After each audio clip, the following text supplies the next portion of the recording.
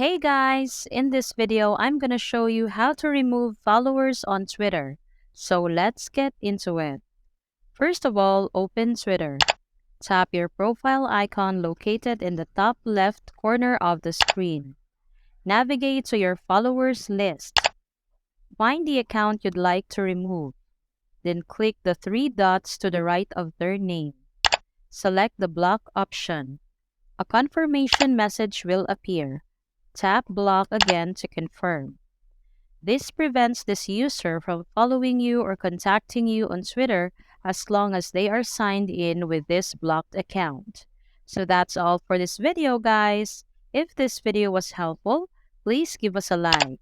And don't forget to subscribe to our channel so you don't miss out our new uploads. Thanks for watching, and I will see you in the next one.